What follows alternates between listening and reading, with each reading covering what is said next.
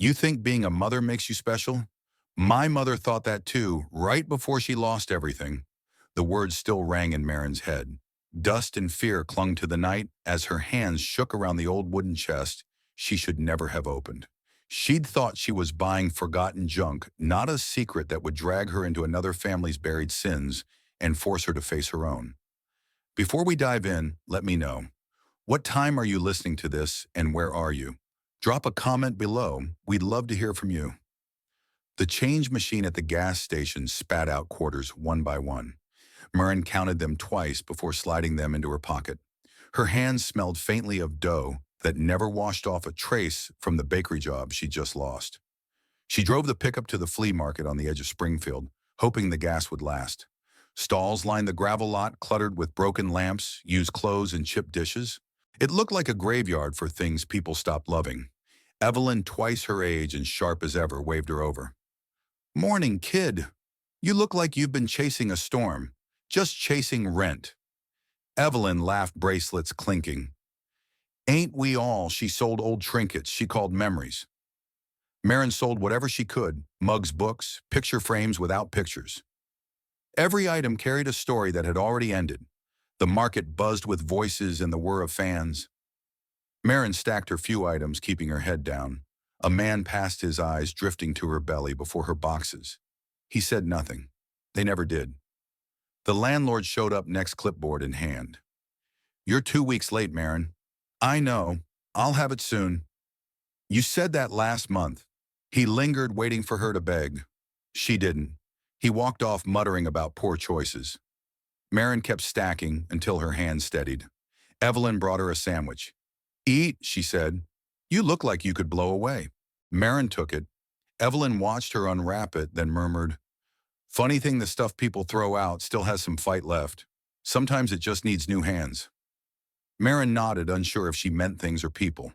When the crowd thinned, she packed the unsold boxes back into her truck. Her back ached, the baby kicked low and steady. Near the far gate, a crowd gathered beneath a banner, "Storage auction today."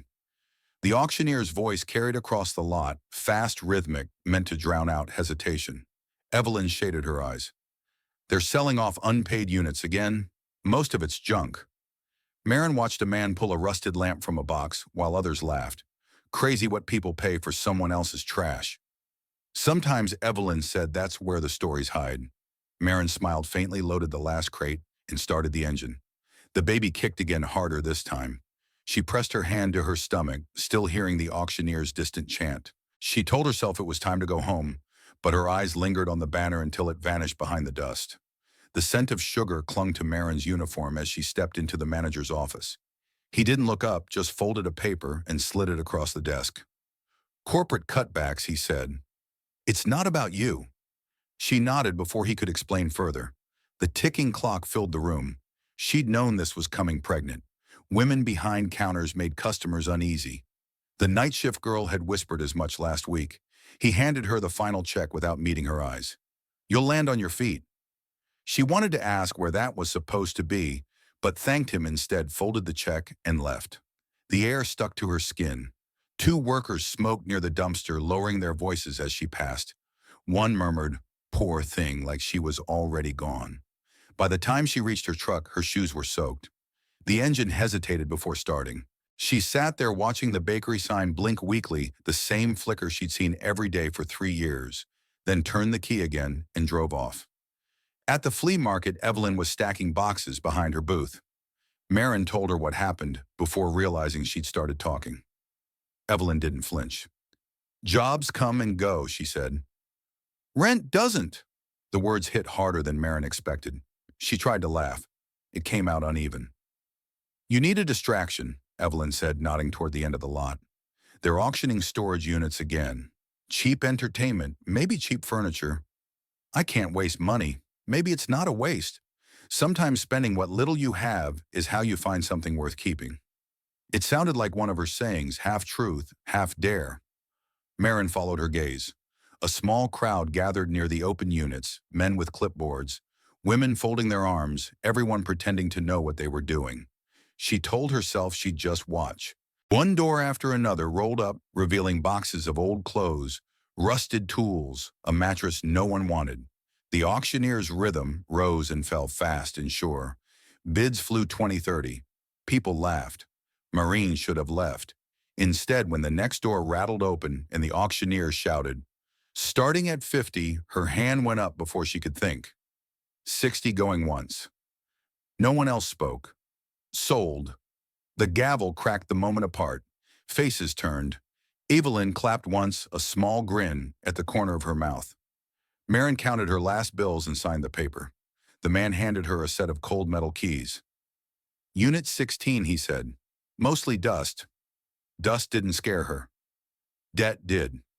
Evelyn lifted her sandwich like a toast. Go see what you bought. I'll check tomorrow. That's not how it works, she said. Junk waits for no one. The crowd moved on. Marin slipped the keys into her pocket, their weight strange and solid. Her truck sat at the far end of the lot, the same dented thing she'd driven since college. The engine coughed but caught. Evelyn's words circled her head. Cheap thrills, something that matters. As she pulled out, clouds rolled over the sun. She barely noticed. Her mind was already on groceries, gas, and how to stretch a week from what little she had. But the feel of that padlock heavy in her palm followed her all the way home.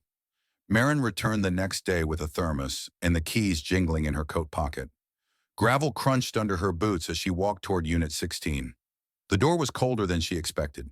She almost turned back. $60 meant food or fuel, but she'd already paid. She couldn't leave it behind. The lock gave way with a dry snap. The door rolled up halfway before catching, and she shoved it the rest of the way. A dull scent of rust and paper drifted out. The space held more aftermath than value: a cracked dresser, old magazines, a baby stroller missing a wheel. Marin gave a half laugh. You really did it, she muttered. Boxes lined the back wall corners, sagging. She tore one open shoes, a blender, worn out clothes. Each item felt like a fragment of someone's life used up and left behind.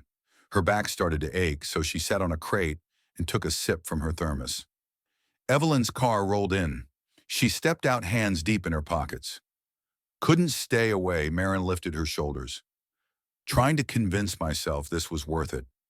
Evelyn crouched, pulling a porcelain angel from one box, its arm missing. That's the trick, learning to see value in what's left. Marin nodded. That's what she'd been doing everywhere in her life, trying to prove something broken could still hold shape. When Evelyn left to open her shop, Marin stayed digging through the mess. Near the corner, half buried under a pile of old linens, she spotted a wooden trunk with brass hinges, dull from time. The top was scratched but firm. She tugged the latch. It came loose with a puff of dust. Stacks of letters tied with string filled the inside, along with photos and a notebook marked Margaret Lyle, 1978. The handwriting was neat and careful. Marin traced it with her thumb. The letters carried a faint echo of old perfume. She opened one. If love could bring back what time has stolen, I would have you here again. Her throat tightened before she understood why. The rest of the day slipped by as she sorted the contents. The trunk felt alive, different from the rest, as if it had waited for her. When she loaded it into the truck, the lid rattled softly, almost like breath. The engine stalled near the grocery store, coughing once before dying. She leaned against the steering wheel, counting the seconds between passing cars. No one stopped. She called the garage, no answer. Eventually, she tried the ignition again. This time it caught. She drove home without music, the trunk shifting lightly in the back. The first page of the notebook was dated February 12, 1978. The handwriting curved with precision. Some things survive longer in memory than in flesh. The words pressed into Marin's chest. Margaret wrote of a son she hadn't seen in years, of a house full of memories she couldn't bear to throw away. Marin turned another page and felt something tighten beneath her ribs, as if the woman's grief had brushed her own. By late afternoon, the trunk lay open on the floor, spilling letters like a confession. She hadn't meant to keep reading, but her hand kept reaching for more. Each page pulsed with frustration, guilt, tenderness. Margaret spoke to a child who never answered lines, drifting between apology and defiance. If I could tell him one thing, it would be that I didn't stop loving him. I just stopped pretending it was enough. Marin's stomach knotted. She pressed a palm against the small curve beneath her ribs. You hear that, she whispered. Someone else tried to make sense of it too. The next day, she brought a few trinkets from the unit to the market. Evelyn stood behind her counter, polishing a brass candlestick. Her eyes caught the notebook tucked under Marin's arm. Still digging through that box of ghosts, I can't seem to stop. It feels like she's talking to me. That's how they get you, Evelyn said. You start cleaning their mess, and it starts to feel like your own. Her words stayed with Marin as the hours crawled by. Customers came and went, polite, distracted. One woman glanced at her belly before asking for a discount. Marin nodded without thinking. By closing, she'd earned just enough for groceries. That night she opened the notebook again. A pressed flower slipped out, thin, pale, nearly dust. Beneath it, an envelope bore an address in fading ink, Maple Street, Springfield. No name. She hesitated. Maybe it was Margaret's home, or her son's. Curiosity felt like trespass, but the thought lingered. Evelyn's voice echoed again. Their mess becomes your own. Marin tucked the address into her wallet before bed. The baby shifted a small movement, approval or warning she couldn't tell. The notebook lay open on the nightstand. Her eyes followed the looping ink until the words blurred. When she finally closed it, the soft sound hung in the room longer than it should have. The address lingered in Marin's thoughts all week. Each time she tried to forget, her mind drifted back to those letters. One afternoon after leaving the market early, she drove to Maple Street. The houses leaned with age paint flaking from porch rails. Halfway down the block stood a pale blue house with boarded windows and a tilted for sale sign. The number matched the envelope. She parked across the street, unsure what she was looking for. A man stepped from behind the house, tall, mid-30s jacket, too polished for the neighborhood. He noticed her and crossed the road, confidence in every step. "Can I help you with something?" His tone carried no warmth. "I was just passing by," Moran said. He studied her, then the truck parked behind. "You're not with the realtor?" "No. I bought a storage unit last week. There were letters and, this address." His expression changed, hardening. "A storage unit." She nodded. "The name was Margaret Lyle. Does that mean anything to you?" His jaw tightened. "She was my mother." Marin's throat went dry. "I didn't mean to intrude." "That property was hers," he interrupted. "Anything from her estate belongs to me. I'm not trying to keep anything valuable. He lifted a hand. "You should hand it over. Family matters aren't for strangers to dig through." The space between them thickened.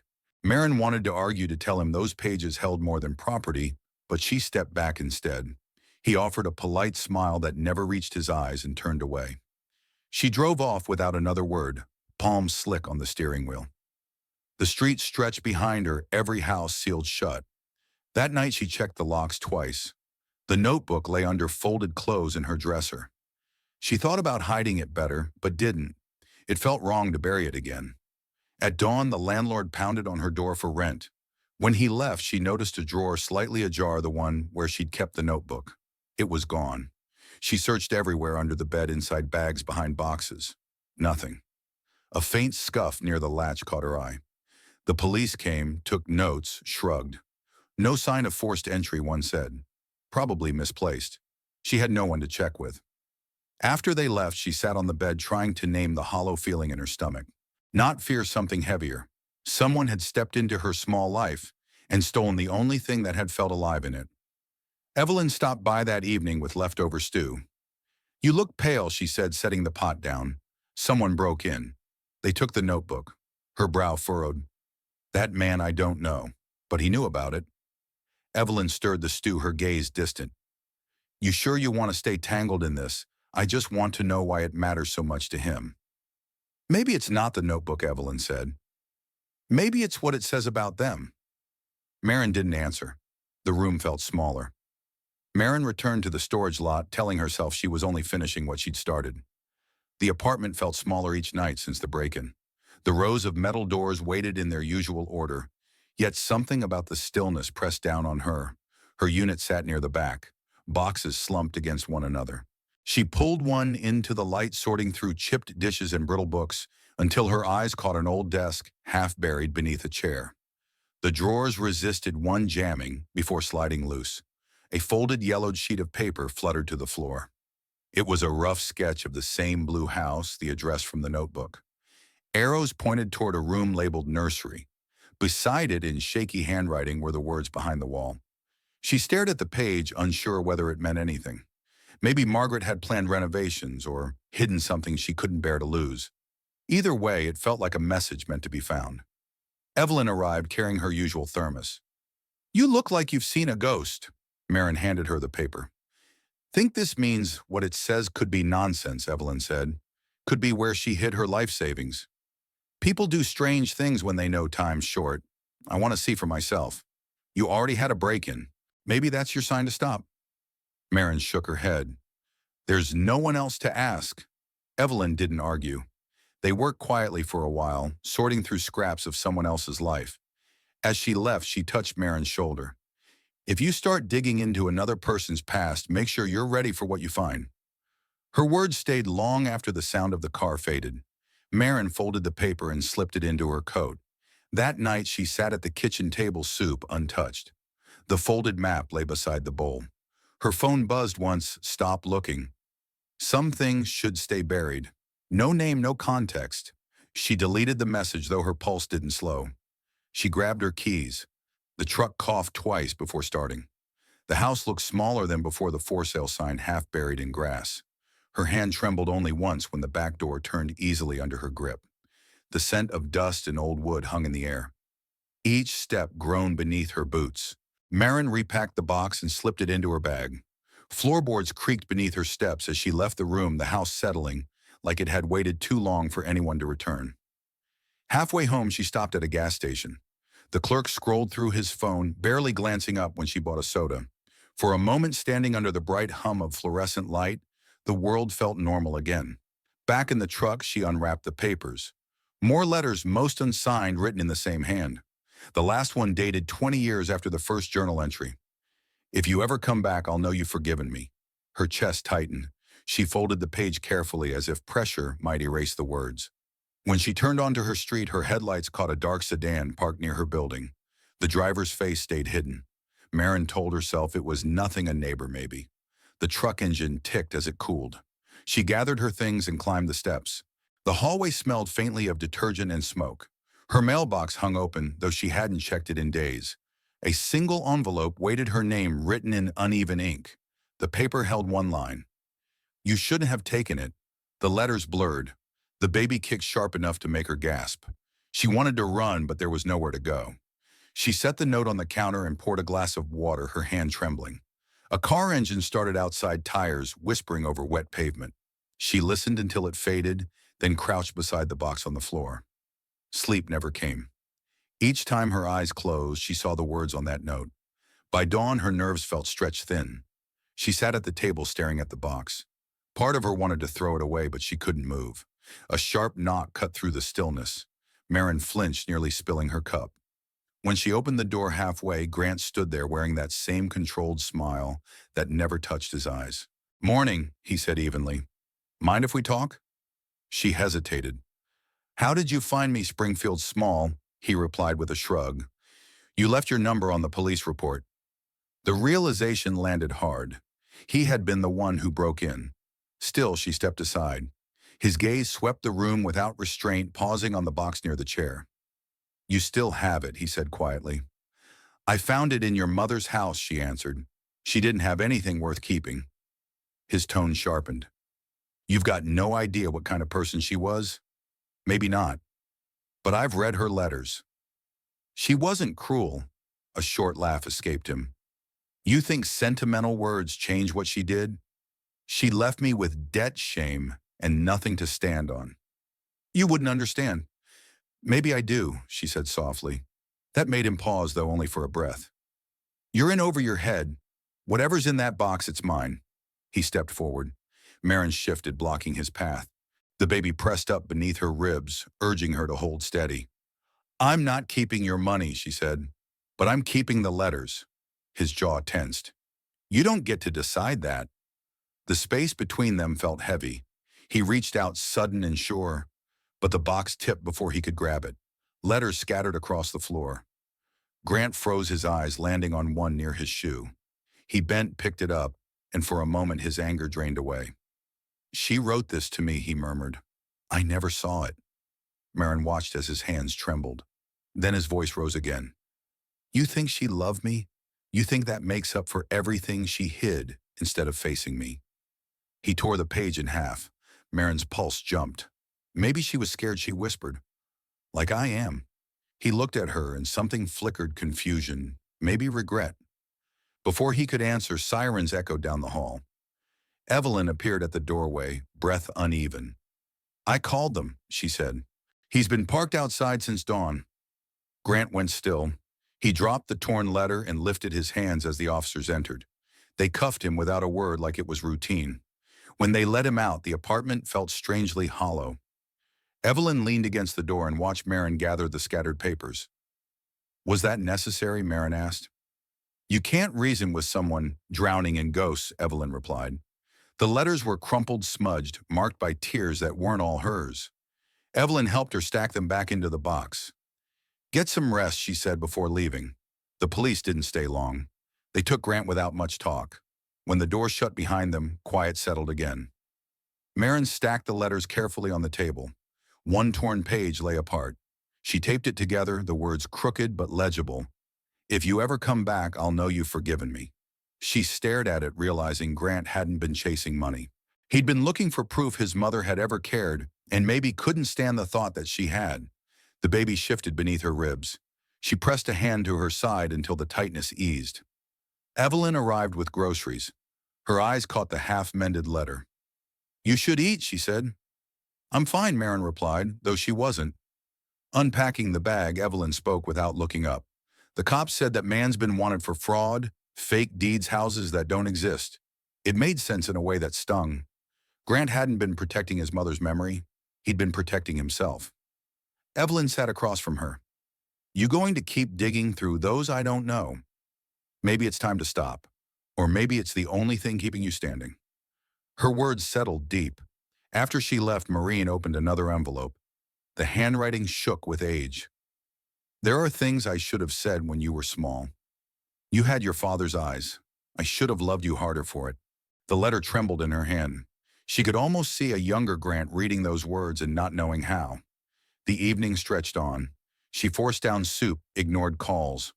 While folding laundry, she found a smaller envelope tucked between notebook pages. The handwriting was rough. "For whoever finds this, there's money in the floor safe under the nursery. I couldn't take it with me. Use it well. Don't tell my son." She froze. Margaret hadn't been hiding from guilt. She'd been hiding something worth protecting. The thought left her dizzy. She pushed the letter aside, staring at nothing until the sound of the refrigerator grounded her again. Then she picked up her phone. "I think I need to go back to that house," she told Evelyn. "I figured," came the reply. "I'm coming with you." "You don't have to." "I know, but you shouldn't go alone." They set a time. Marin packed the box, the letters, the photo into a cloth bag and placed it by the door. The clock ticked past midnight. Sleep wouldn't come. "Don't tell my son." The words kept circling. She wondered who Margaret had truly been trying to protect. Evelyn's pickup rumbled at the curb before sunrise. Her hair was tied back, a crowbar resting on the seat beside her. "In case the floor safe's so stubborn," she said. They drove in near silence. As Maple Street appeared, Marin's chest tightened. Damp leaves clung to the pavement, and exhaust hung faintly in the air. Her hand stayed on the cloth bag, the papers shifting softly. When the house came into view, Evelyn slowed. "You sure about this?" No, Maureen said. "But I'm doing it anyway." They parked around the corner and walked up the cracked path. The door still hung crooked from her last visit. Evelyn tested it with her shoulder. It gave easily. The scent of old wood lingered. They found the nursery again, wallpaper peeling faint marks on the floor where Marine had pried the plaster before. Evelyn tapped the boards with her crowbar until one echoed hollow. "That's your spot," she said. The first board came up with little effort. Beneath it sat a small safe, rusted and stiff at the hinges. Marin tried the keys she'd kept from the trunk. The third one turned. The latch gave with a dull click. A bundle wrapped in oilcloth and a folded envelope waited, marked, "For the next mother who needs it." Evelyn exhaled through her teeth. She meant someone to find it. Marin unwrapped the bundle, stacks of bills, old and brittle, maybe a few $1,000s.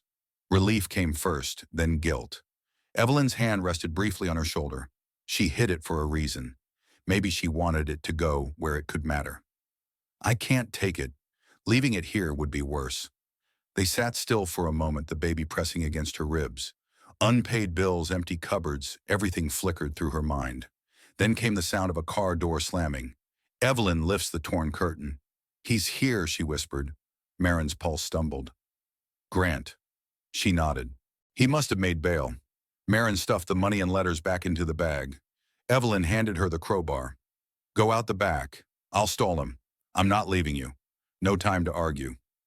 Marin moved fast, the hallway stretching long and narrow. From the front room came Evelyn's voice, calm but firm. She reached the truck and fumbled with the keys. The creak of a door made her turn. Grant was coming toward her, shirt untucked, eyes raw. "Where is it?" he demanded. "Go home, Grant. This won't fix anything. It's mine," he shouted. "She stole it from me to make me pay." Marin backed against the truck.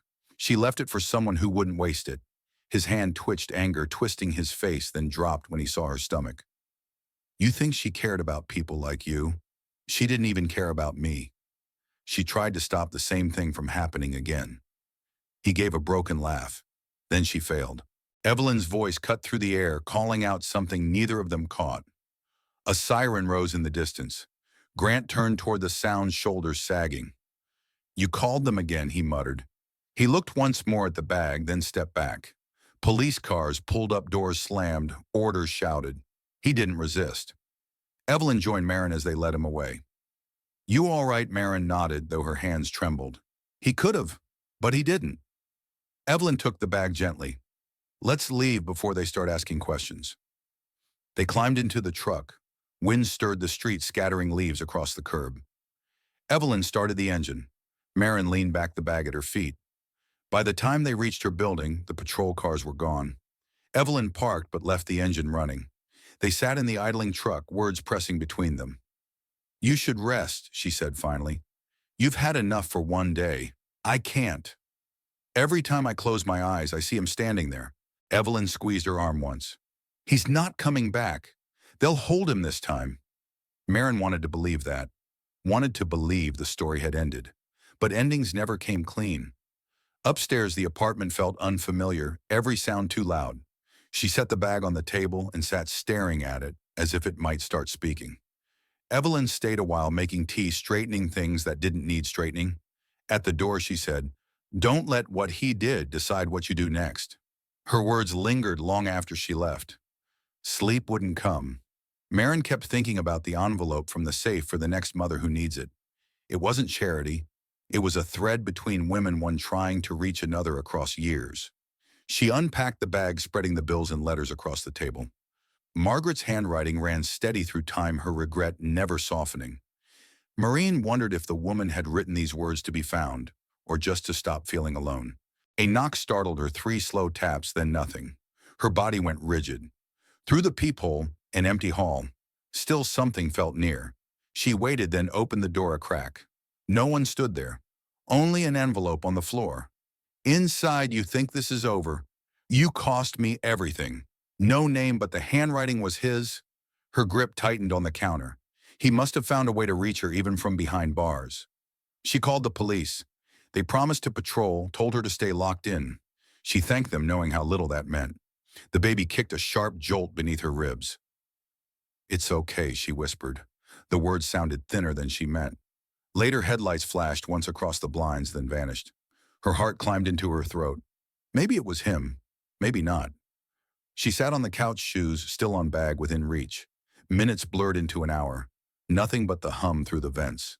Her eyes sank shut despite herself. When she woke, pale light had crept across the room. The letters lay open on the table edges, trembling in the faint draft.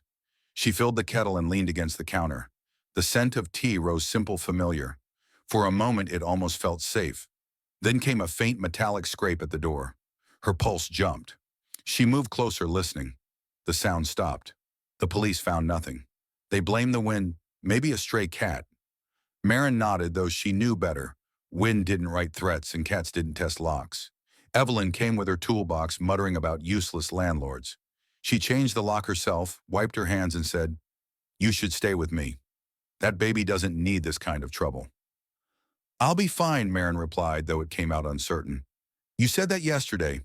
You worry too much. That's what old women are for. Evelyn packed her tools, pointed to the table. Keep the chain on. Curtains closed. Promise. I promise. When she left, the apartment felt smaller. The new lock clicked too sharply, confident in a way she didn't feel. Marin sat at the table, sorting through the last of the letters. Most were written on scraps, receipts, torn notebook pages. The final one ended mid-sentence. If he ever finds this, tell him nothing followed. She smoothed the page flat. Maybe Margaret never had time to finish it. The phone rang. A man's voice introduced himself as Detective Parker. Ms. Cole, we have an update about Grant Lyle. Her pulse quickened. What kind of update? He escaped custody during transfer early this morning. We believe he's still in the area. If you see or hear from him, call us immediately. She thanked him, hung up, and sat still. The clock ticked unevenly. A car idled across the street. She told herself it was a neighbor. She told herself many things these days. By dusk, she'd packed a small bag, closed documents, the letters. She was about to leave for Evelyn's when the power cut out. Darkness fell heavy. The hum of the fridge stopped mid-breath. Her phone light flared across her hand. A soft knock broke the stillness. Not loud, not angry, almost polite. Who is it? No reply. Another knock, slower. Her throat tightened. The phone buzzed a text from Evelyn. You on your way, power's out. Someone's at the door, she typed. Don't open it, I'm coming, came back instantly. Footsteps shifted beyond the door. Metal scraped against the new lock. Marin held her breath, eyes fixed on the handle. Then silence. She waited, counting heartbeats before checking the peephole. The hallway was empty. Only then did she see the folded note beneath the door edges damp. She picked it up. The handwriting was unmistakable. You should have given it back. Now we finish this my way. Her stomach turned. She grabbed the bag, called Evelyn. I'm 2 blocks away, Evelyn said. Stay put. Chain on. But footsteps echoed in the stairwell, measured, deliberate, coming closer. Marin scanned the room, then moved toward the back door, leading to the fire escape. Her fingers slipped on the latch, metal slick beneath her grip. The steps gleamed wet, and she hesitated only a heartbeat before pulling it open. Halfway down, the door above creaked. Grant's voice followed, low, almost conversational. You really thought you could just walk away? Her legs moved faster than thought. The stairs shook under her weight, but she didn't stop. A dull thud echoed above. He was following. The escape ended in an alley behind the building. She jumped the last steps and landed wrong, pain flaring up her ankle. Still, she limped toward the truck by the fence. Mud pulled at her shoes. Her breath came short and fast. Her keys slipped from wet fingers, hitting gravel. As she bent to grab them, movement flickered at the edge of her vision. Grant closing in. Stop, Grant, she yelled. It's over. He slowed but didn't stop. You think you're the victim here? She ruined me long before you showed up. You're just the last reminder. I'm not her, she said. And she's gone. Whatever you're trying to fix, it's already broken. He gave a rough laugh. That's what you don't get. She kept the money, the house, the letters. All I ever got was silence. You got a chance to start over. You threw it away. Something faltered in his expression, gone as quickly as it came. Marin reached into the truck bed, grabbed the crowbar Evelyn had left. Her hands shook, but she lifted it. I don't want to hurt you. Just let me go. Grant stepped closer. You don't have it in you, he murmured. Maybe he was right, but she swung anyway. The sound split the air. He flinched, lost footing, and fell hard. The impact knocked the wind out of him. He lay still. Marin lowered the crowbar, chest heaving. Get up, she said, her voice breaking. We're done. He didn't move. Then came sirens, faint but closing, and Evelyn must have called again. Relief stung like a bruise. Grant turned his head.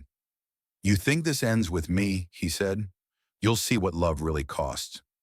She couldn't tell if it was threat or confession. The sirens drew closer. The crowbar slipped from her hand. Police lights washed over the alley. Officers shouted, weapons drawn, then guided her toward the truck. Their words blurred together.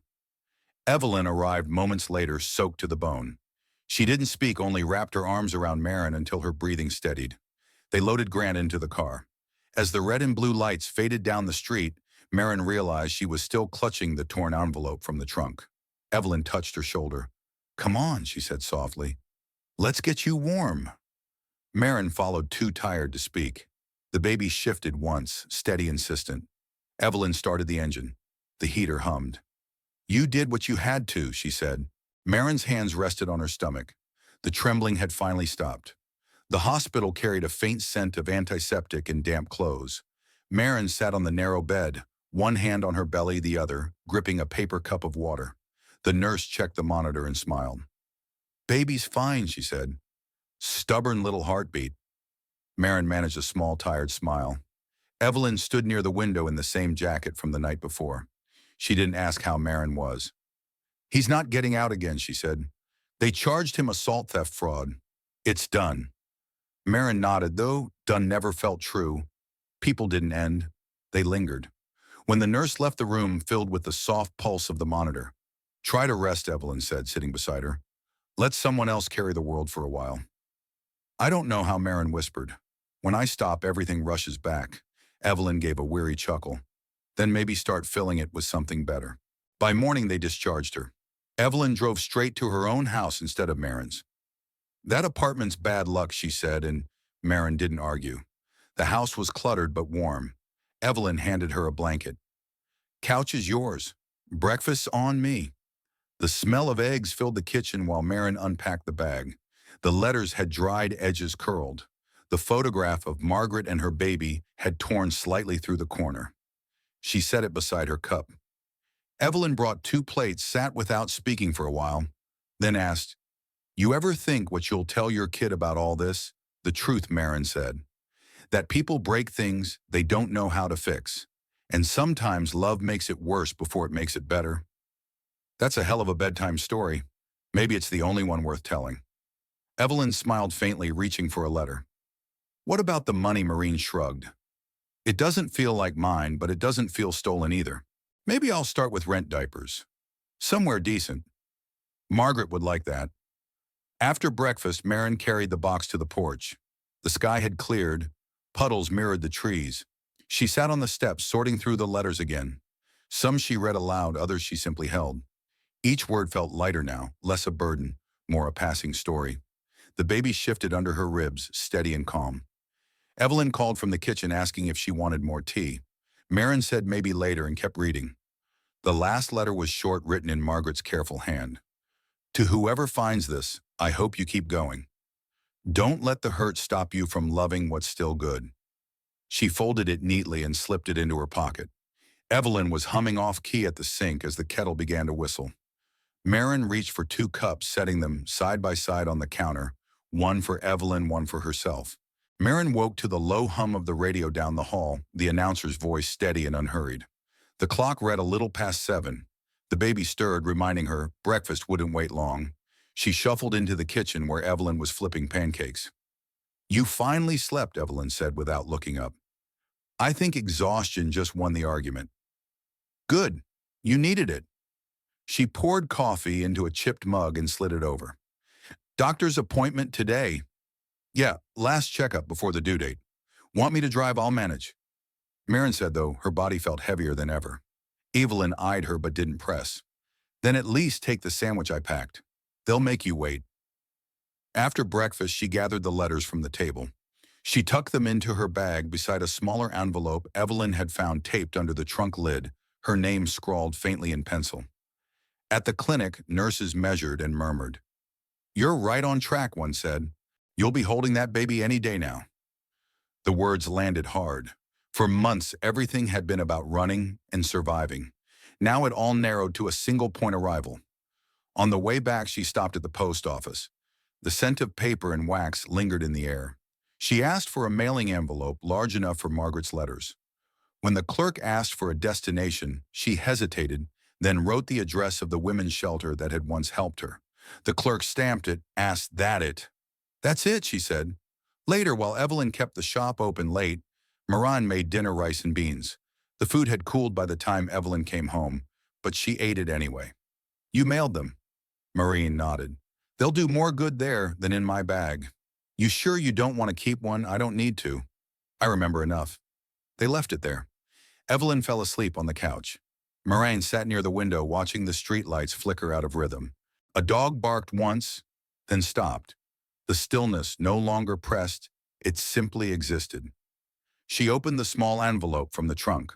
A note in Margaret's hand.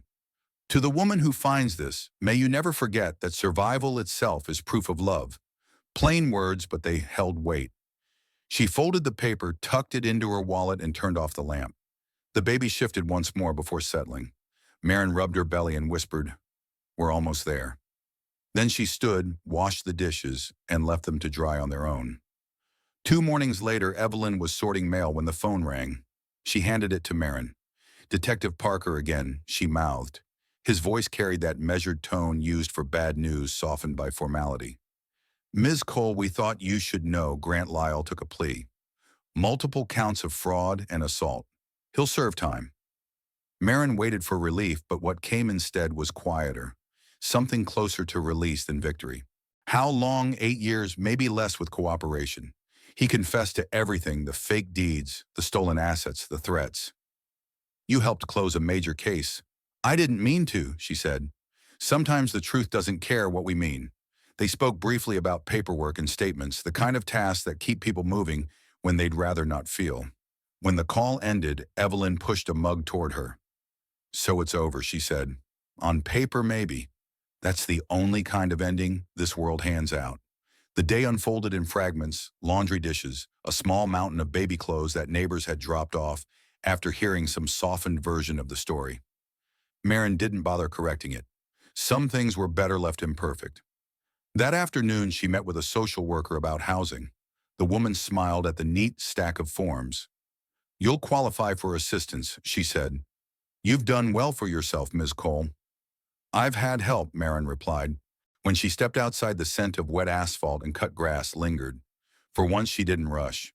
Her body felt slower, heavier, but steady. The baby kicked a calm rhythm that drew her hand to her stomach. Later, she and Evelyn sorted through the last of the storage boxes. Most held Littleworth chipped plates, old receipts, photos of strangers. At the bottom of one, wrapped in tissue, lay a tarnished bracelet engraved with small initials. "M.L. Margaret's," Marin said. "Keep it," Evelyn told her. "You've earned a piece of her story." "I'm not sure I want it." "Then keep it until you do." She placed it beside the envelope from the trunk. The faint draft from their movement made it spin once before settling flat. That evening they closed the shop together, Evelyn sweeping Moraine, counting the register. The small rituals had become their clock.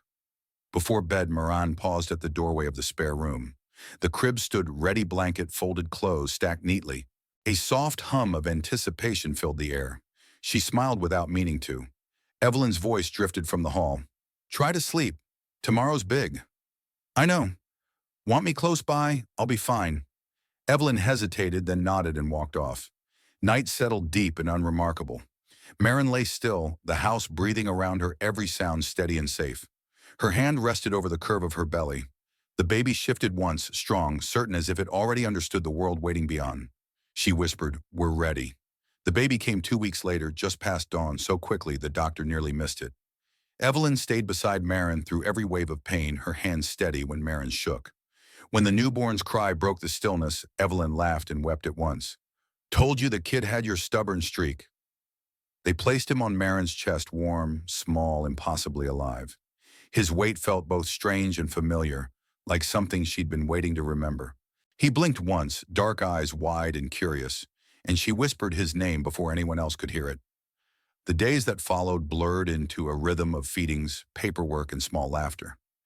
Evelyn brought food from neighbors' soups, casseroles, things Marin couldn't name but ate anyway. Visitors from the shop stopped by with diapers and secondhand toys. No one asked for the whole story, and she didn't offer it. Kindness didn't always need context.